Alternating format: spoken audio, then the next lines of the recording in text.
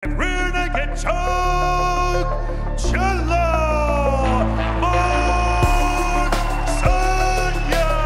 Nakabalik na ang anak ng Baguio. Matapos ang ilang buwan ng pananahimik, muling pinatunayan ni Janlo Mark-Sangiao na hindi lang siya isang prospect, kundi isang tunay na problema sa cage. Ngayong umaga sa Lumpini Stadium, muling umingay ang pangalan ni Janlo Mark-Sangiao matapos niyang dominahin ang Mongolian striker na si Sain Chagazolchetseg at tapusin ang laban via rear naked choke sa third round. Isang napakagandang bounce-back performance mula sa anak ng Team Lakay legend at isang malinaw na mensahe sa buong MMA world. Handa na ulit si Janlo makipagsabayan sa pinakamagagaling. Sa unang round pa lang, hindi na nagpatumpik-tumpik si Janlo. Agad siyang nag-shoot ng takedown para dalhin ang laban sa kanyang paboritong larangan, ground game. Dito niya pinamalas ang technical na grappling at control.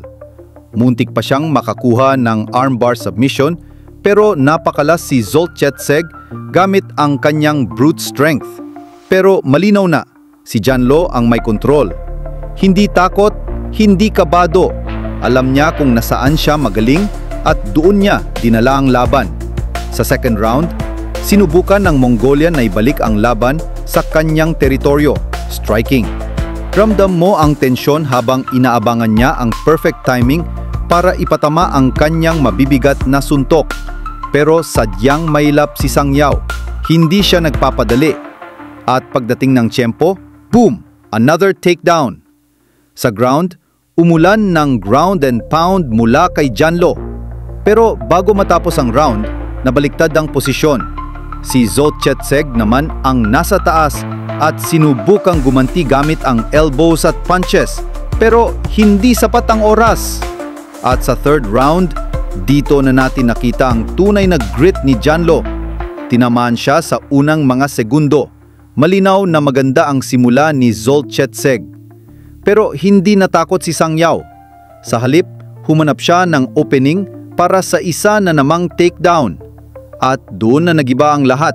Habang palapit sa huling minuto ng round, nakapwesto si Janlo sa likod ng kalaban. At sa isang mabilis pero malinis na execution, rear naked choke. Walang ibang choice si Zolchetseg kundi mag-tap out. Isang napakagandang panalo, hindi lang para kay Janlo, kundi para sa buong Pilipinas. Muli niyang pinatunayan na kahit bata pa siya, ang dugo ng mga mandirigmang igurot ay buhay na buhay sa kanya.